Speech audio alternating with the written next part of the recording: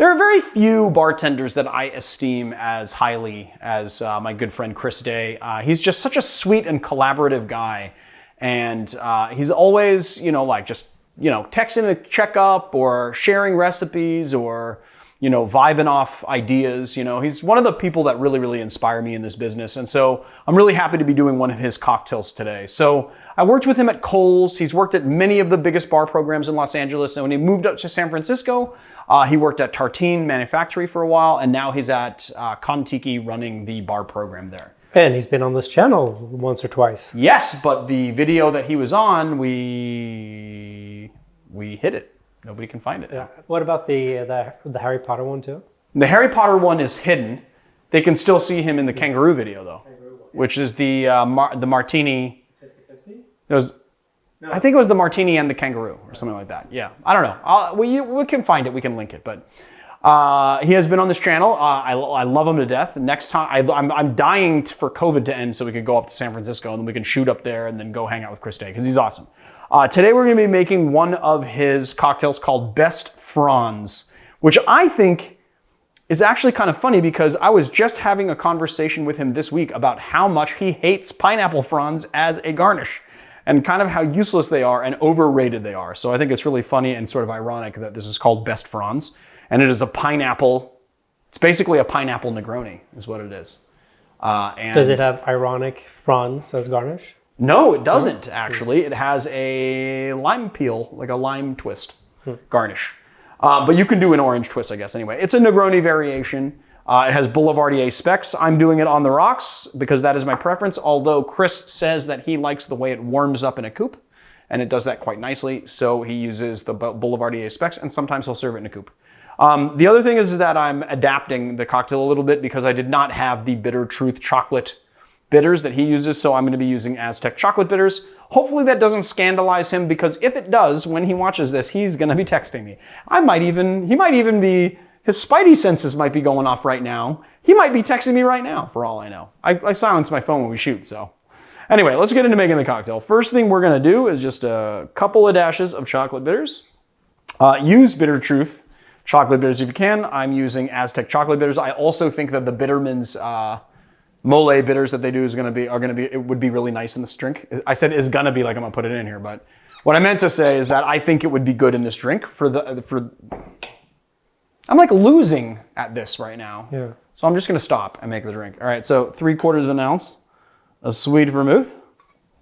We're using Carpano Antica specifically. This is what you're going to want to use. It actually calls for 3/4 of an ounce of Carpano Antica. And a lot of you guys are going to ask me what to sub for, and I'm going to tell you the same thing. This is a proprietary blend. This is completely not the same as other sweet vermouths. You kind of have to use this if you want to make the same drink that I'm making today. If you sub it out for another sweet vermouth, it's not necessarily going to be terrible, but it won't be the same. All right, 3/4 of an ounce of Campari. And then 1.5 ounces. I don't know why I said that like I'm from Minnesota, but I did. 1.5 ounces of Stiggins Fancy pineapple rum. All right, then we've got our big rocker of ice here, and we're just gonna like drop that bad boy in there, give it a nice stir, be gentle. I'm using my pineapple spoon from Barfly. What? Pineapple, Best Fronds, pineapple, rum, Negroni, pineapple spoon. You see what I did there, guys? You see what I did there? I don't think Chris would like that because it's got fronds on it. Yes, he might not be. Well, he's not, I don't think that he hates pineapple fronds. He just doesn't like them as garnishes in cocktails. Although I think that now that it's called Best Fronds, it really should have an ironic pineapple frond garnish. You know? I think it would be kind of funny if you did like a roasted pineapple frond or something stupid like that. Like I wonder, well, like a grilled pineapple frond or something. People do grilled pineapple for garnishes all the time, just not the frond. All right. A burnt leaf. Huh? Yeah, it would just be a burnt leaf. That's right. It would be a burnt leaf, or it would be a leaf with. I said a leaf. That was weird. It would be a. Was that Lily? I don't know. Lily making a crazy? No, it sounded like fireworks. That's enough stirring for that. I almost dropped that, but I saved it. Ooh, ooh. All right, then we're just gonna do a little. Back to the video.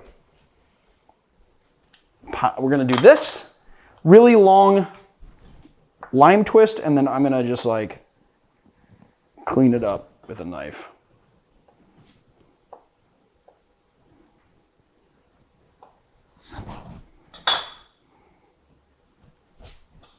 That's not the way I want that to go. There we go. Okay, I'll just give it a little expressive oils over it, and then give it a little twister. I'm just gonna sit it on the top here. Hopefully this garnish goes the way that I want it to go. Because people have been very interested in my garnishes of late.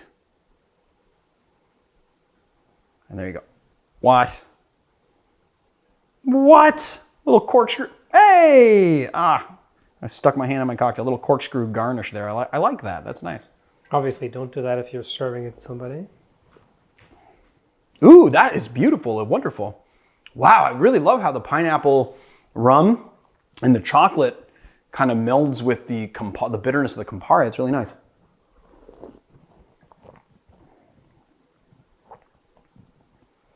So what's really great about that is you get the pineapple rum right out front, and then almost like a punch, you get that Campari, you get that sweet vermouth, and you get that chocolate, just kind of tying it all together, but just like bringing it up, you know, kind of the back of your palate, just sort of like whoosh.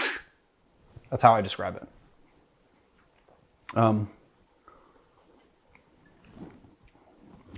We should be like pineapple, bing, chocolate, bing, bitter, bing, like that right here. Why don't we do that? Then people could visually see what I'm tasting. I feel like it's been done before. Who does that? Nobody does that. I love this drink. So this is something that you could get at Kon-Tiki if you go up to San Francisco, or if you are in San Francisco. I think that you guys should go support Kon-Tiki because they are doing to-go cocktails and food right now during COVID. And if Chris Day is batching the cocktails and making those bottled cocktails to go, you guys would do very well to just get your little behinds over there and have some best fronds or whatever they're selling on the menu that week. And you should definitely be supporting. And then don't forget to tip your bartender a little extra because they are risking their health to bring you wonderful cocktails, right? So that is the best fronds from bartender Chris Day. And I don't think I have much more to say about that. Just looking at Marius's shitty face behind the camera right now. Just doing this. It's like this. Like he's just so disapproving like this. This is what he does. He goes like this. No, yeah, I don't know if you should have said that thing about the bing, bing, bing thing, is what he's thinking right now. Scold you after this. Yeah, it's not the first time that I've been scolded today, so, you know, it's the theme of the day, I guess. Anyway, I will see you guys on another time. If you like our channel, please hit like and subscribe. Check us out on, I'm so used to saying Patreon, but it's not really Patreon anymore. It's YouTube memberships. Yep. Check us out there. We've got some exclusive content going there. We're doing some really fun stuff. And check out our Teespring store. You get some awesome Barfly t-shirts and gear and stuff. And I will see you guys on another time.